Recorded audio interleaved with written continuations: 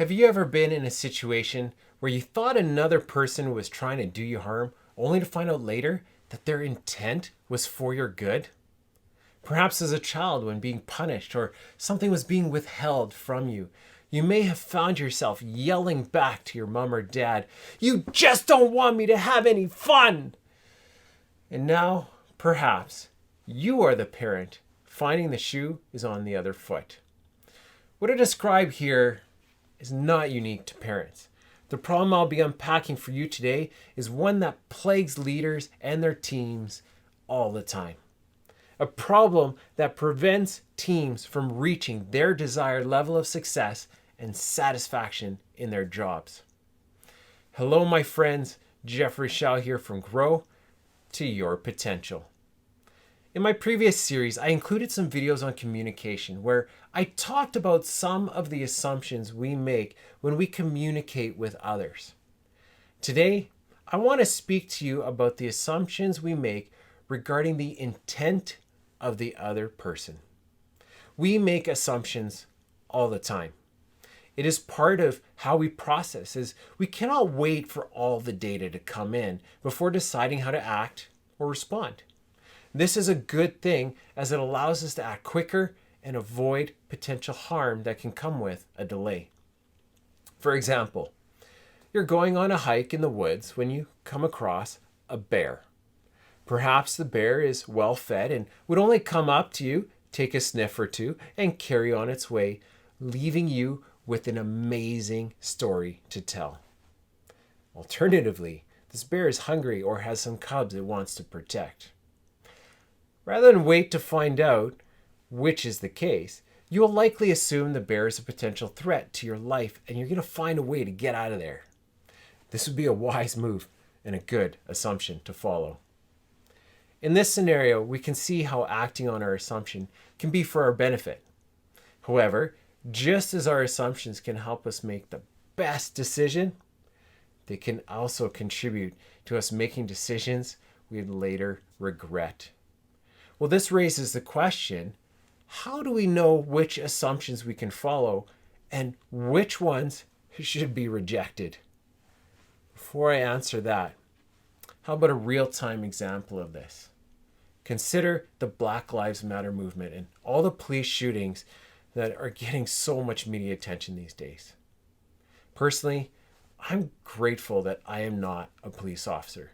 In every situation they face, they're exposed to tough decisions that could lead to life or death.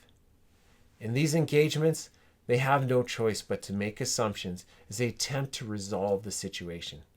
The greater the intensity of this situation, the quicker they have to act, and the higher the stakes if they make a wrong decision.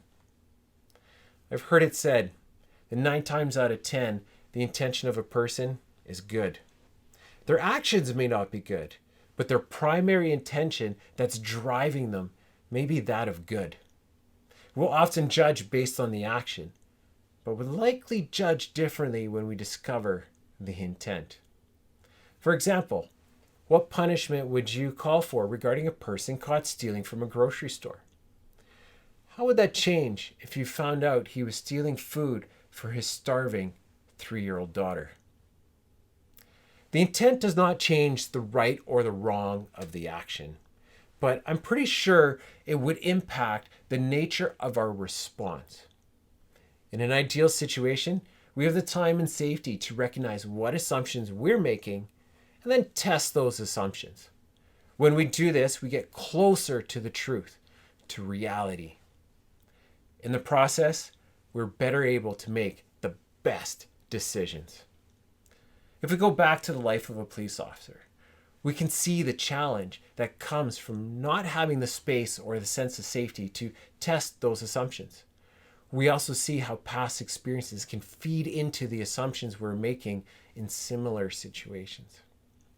If a police officer has had a suspect reach into their car to pull out a gun on them and perhaps even shot the police officer, I'm sure you can see how that incident may impact future similar scenarios. Thankfully, for the bulk of us, our situations are not as life and death as those of a police officer. We have the time and space to test our assumptions and seek clarity. And yet, this is often not done. There are many reasons for this, including fear, unawareness, heightened emotions, past experiences, and confidence in being right. Unfortunately, failures to test assumptions often result in breakdown in communication and loss of relationships. But it doesn't have to be this way. You can choose a better path and learn how to identify the assumptions you're making and how to test them. It starts with acknowledging you are making assumptions. Then acknowledging that 9 times out of 10, the other person is likely intending good. So you can explore to see how this may actually be the case. Assumptions help us get through each day. No doubt about it. Like any tool, they can be used well and do a lot of good. Or it can be used poorly and cause a lot of harm. If you're a team leader and your team is struggling to communicate well, or has poor morale, or even a higher staff turnover rate than what you would like, there's a good chance that there are untested assumptions preventing you from reaching your next level of success. In fact, this is such a common problem. When I'm brought into an organization to work with leaders and their teams, my first steps are to uncover the hidden assumptions that may be feeding into the problems. Through identifying the assumptions, exposing intense communication is improved, and a path towards trust and effective teamwork begins. The question now is not, are you making assumptions? The question is, what assumptions are you making? And what are you going to do about them?